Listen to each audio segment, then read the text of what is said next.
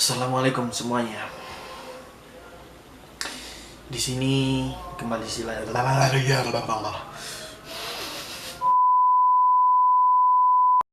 Assalamualaikum semuanya. Kembali lagi dengan saya Dwi Ardiansyah di konten Tak Cerita nih. Konten ini berawal dari keluh kesah saya, kayak seperti apa yang saya rasakan tentang hal-hal mistis ataupun hal lain. Karena setiap teman saya ke rumah selalu saya menceritakan hal ini. Maaf, di luar memang gaduh karena kalau saya syuting sendirian dan semua pada tidur, saya takut. Oke, kembali lagi, konten ini bertujuan untuk menceritakan hal-hal yang saya alami, hal-hal mistis ataupun hal lainnya. Seperti kemarin saya menggunakan bahasa Jawa di konten ini, dan itu kayaknya saya pun ragu buat mengupload itu karena saya juga agak cringe dengan saya sendiri. Dan mohon maaf bila di konten yang kedua ini, di episode kedua ini, lighting pencahayaannya berbeda dengan yang pertama. Karena di video yang pertama saya menggunakan lilin asli, dimana saat saya selesai rekaman, saat saya selesai syuting, kamar saya ini penuh asap dan ketika dibuka saya dimarahin. Ya, sekarang menggunakan lampu yang saya buntel, dengan saya lapisi, bukan buntel lah, dengan ini. Ya, gak usah bahas itu, kita bahas horor saja. Sebelumnya di video ini saya tidak akan meng-cut atau memotong, hanya saja yang mengedit, mau ngasih kayak subtitle ataupun lainnya tanpa cut. Oke. Saya akan bercerita dengan bahasa saya sendiri dan harap maklum jika bahasa Indonesia saya medok dan banyak belibet-belibet, karena ya memang ini saya seperti ini dan saya akan bertingkat seperti saya sendiri. Oke. Dan mohon maaf bila nanti di konten ini yang awalnya cerita horor, nanti tiba-tiba dengan logat saya, dengan perilaku saya menjadi cerita lucu. Ya maafkan, karena memang teman saya bilang kalau saya nggak pantas buat cerita horor, soalnya wajah saya lucu. Ya gimana lagi. Oke, tanpa pikir panjang, saya akan memulai ceritanya. Seperti konten sebelumnya, saya akan mengubah penampilan saya terlebih dahulu.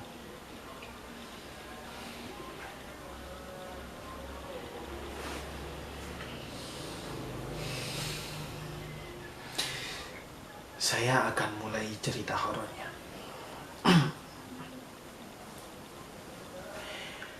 Konten kali ini, di episode kedua Tak Cerita nih, saya akan kasih judul Gangguan di Masa Kecil Saya. Maaf, ada suara. Pada waktu itu, di umur saya yang ke 12 tahun, sekitar kelas 5 SD, saya sedang sakit demam.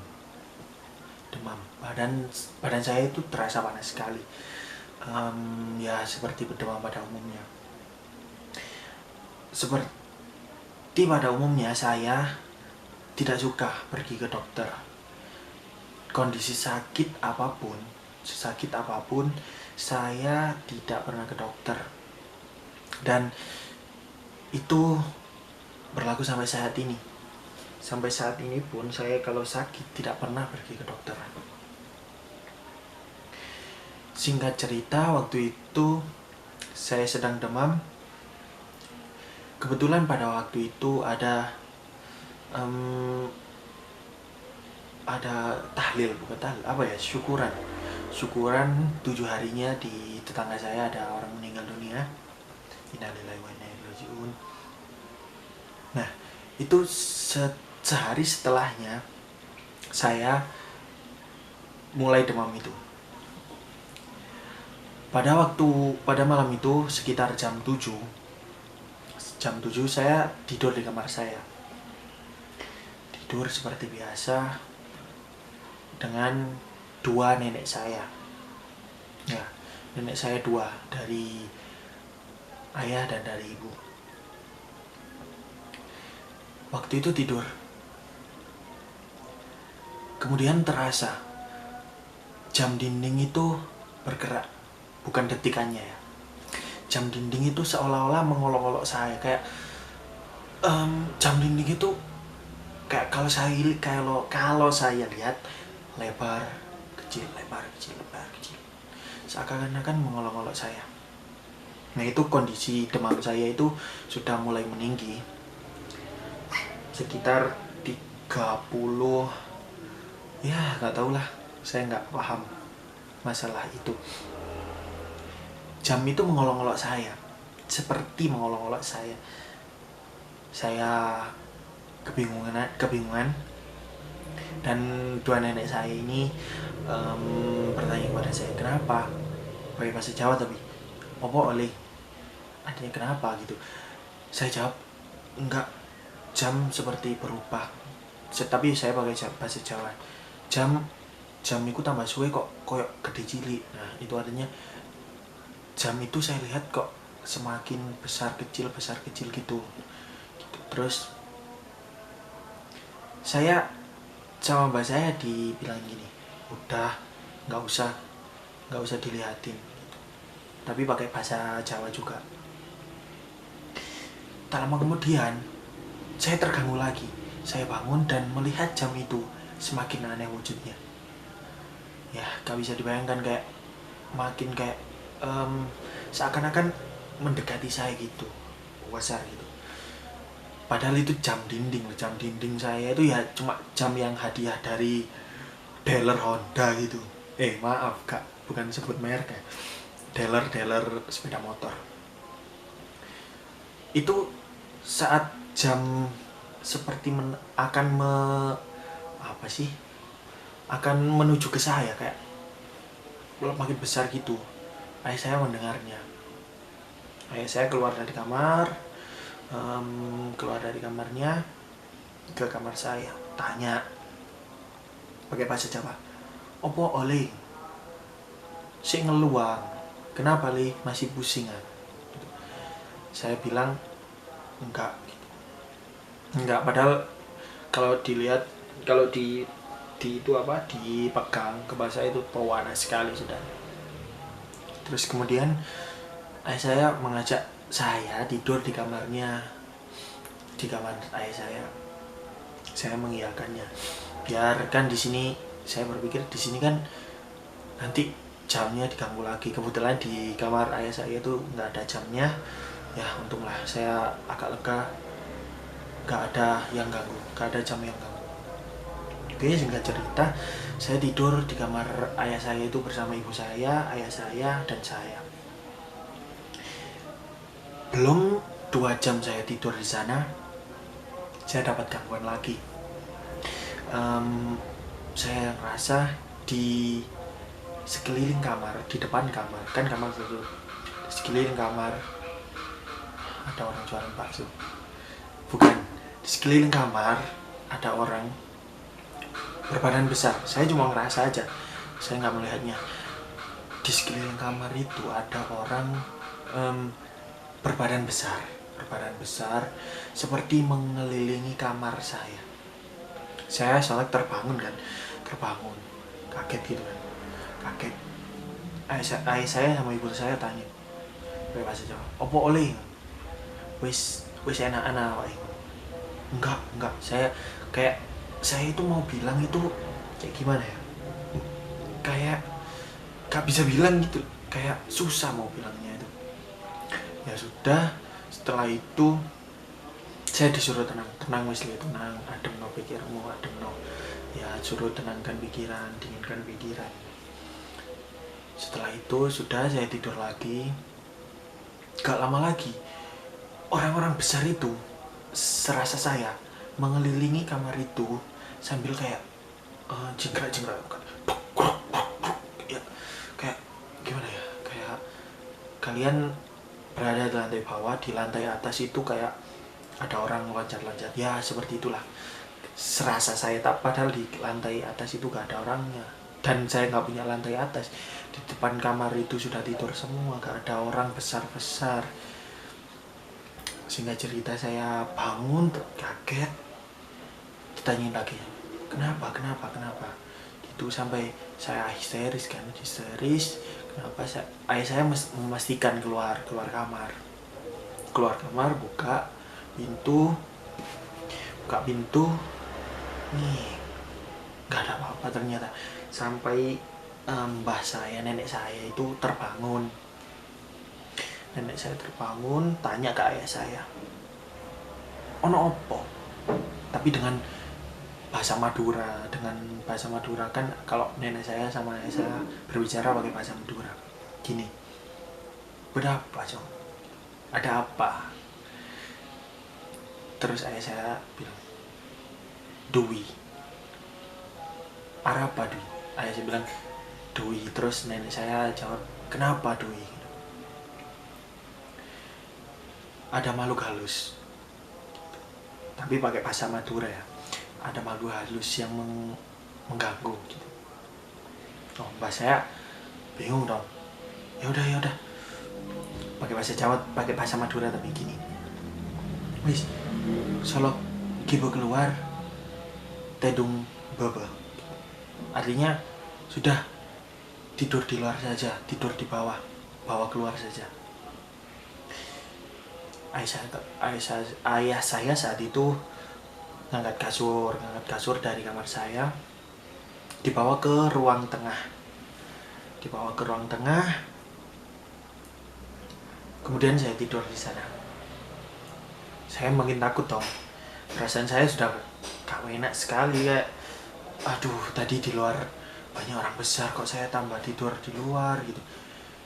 Mungkin gak apa-apa, mungkin firasatnya orang tua lebih tahu tentang itu, tentang bahasa saya lebih tahu tentang itu. Saya tidur di luar, Kak, sampai 30 menit saya dapat gangguan lagi, kayak orang besar itu kayak jalan di samping kasur saya, tapi orangnya banyak, bukan satu. Merinding kan? Hah? Orangnya itu banyak, gak satu.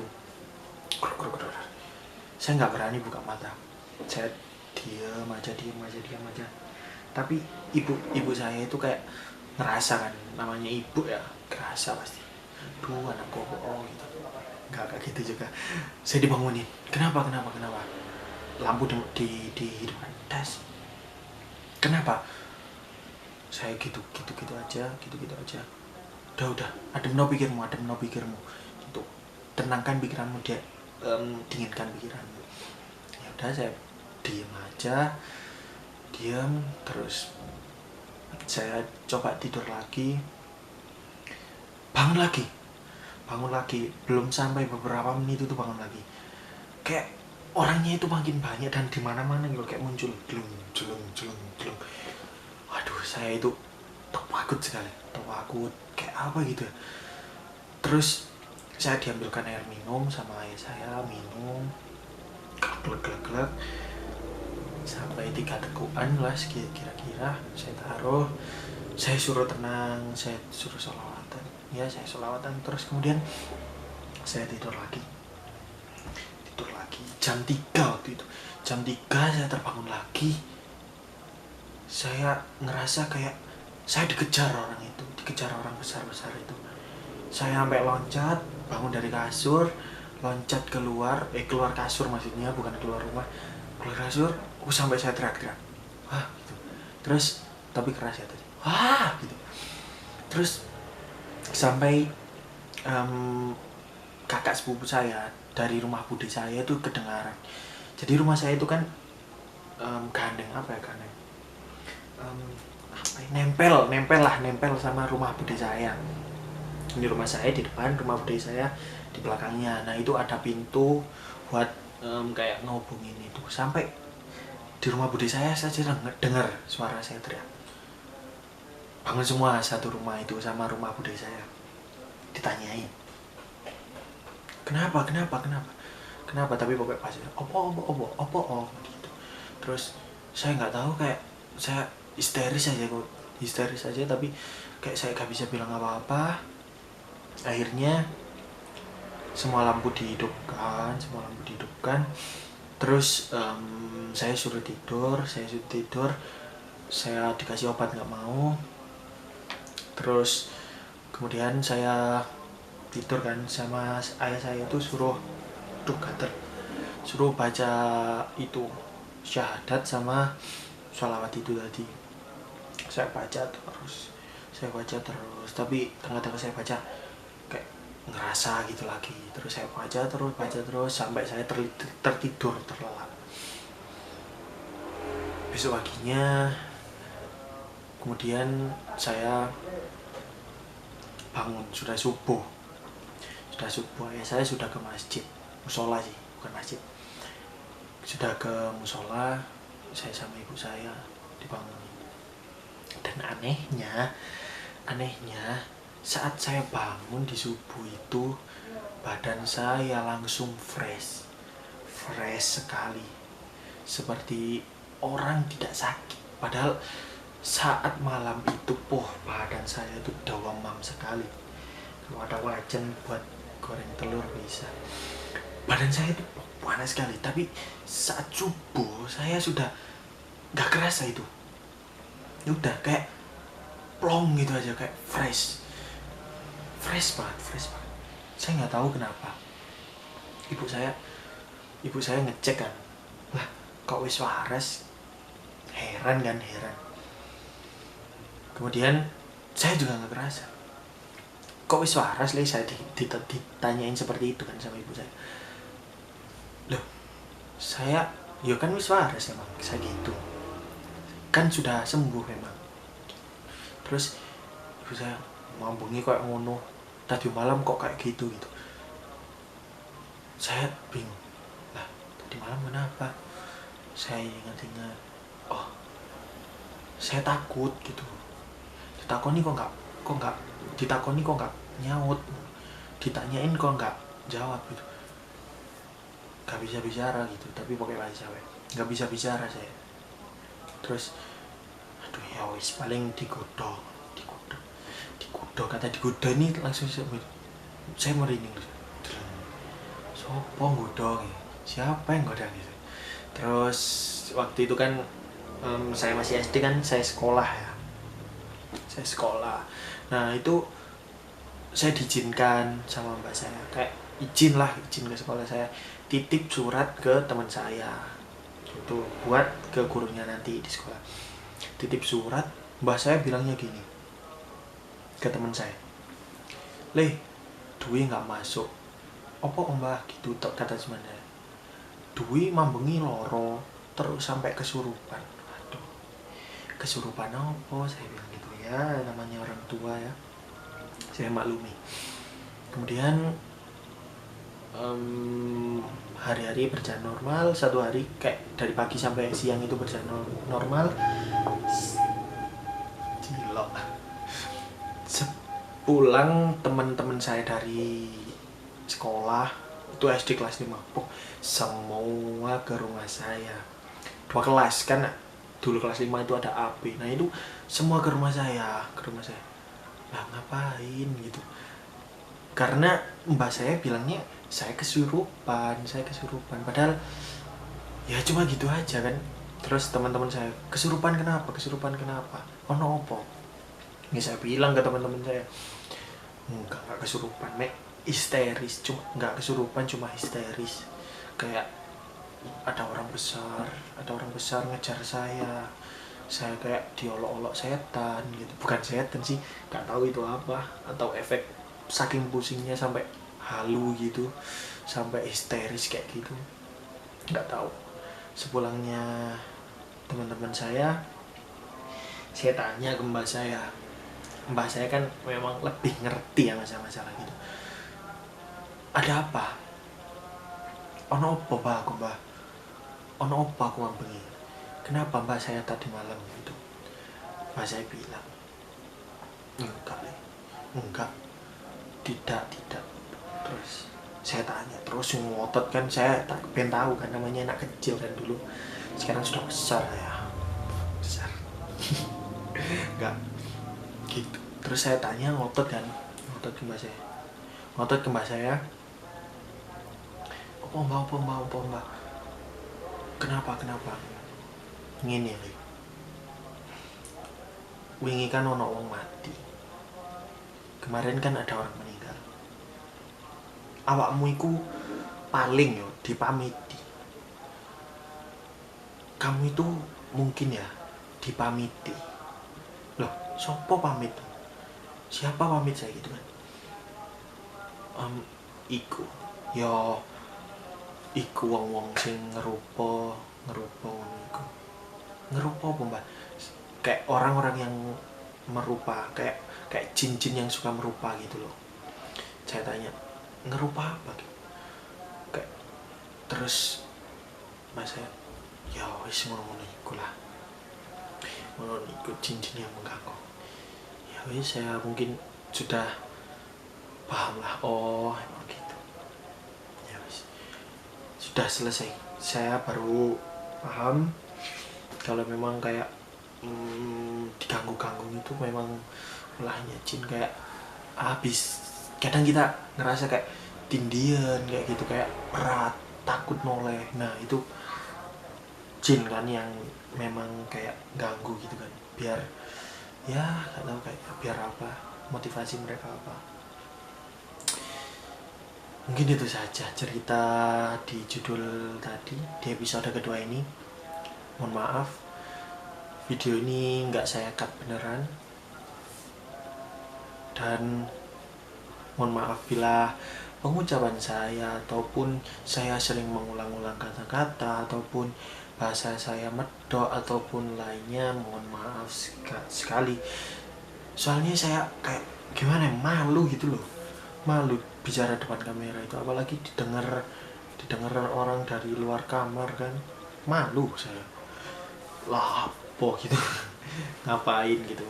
Tadi aja saya mau bikin video kan, lah apa kayak video tuh, buat apa bikin video tuh, jangan cerita tok kok keselam ya gitulah. Mungkin itu cerita tak cerita nih pada episode kedua ini. Semoga ini bisa bermanfaat atau menghibur teman-teman semua. Mungkin itu dari saya. Gak usah takut, yang pasti di sekelilingmu ada makhluk halus. Sekian dari saya. Wassalamualaikum warahmatullahi wabarakatuh.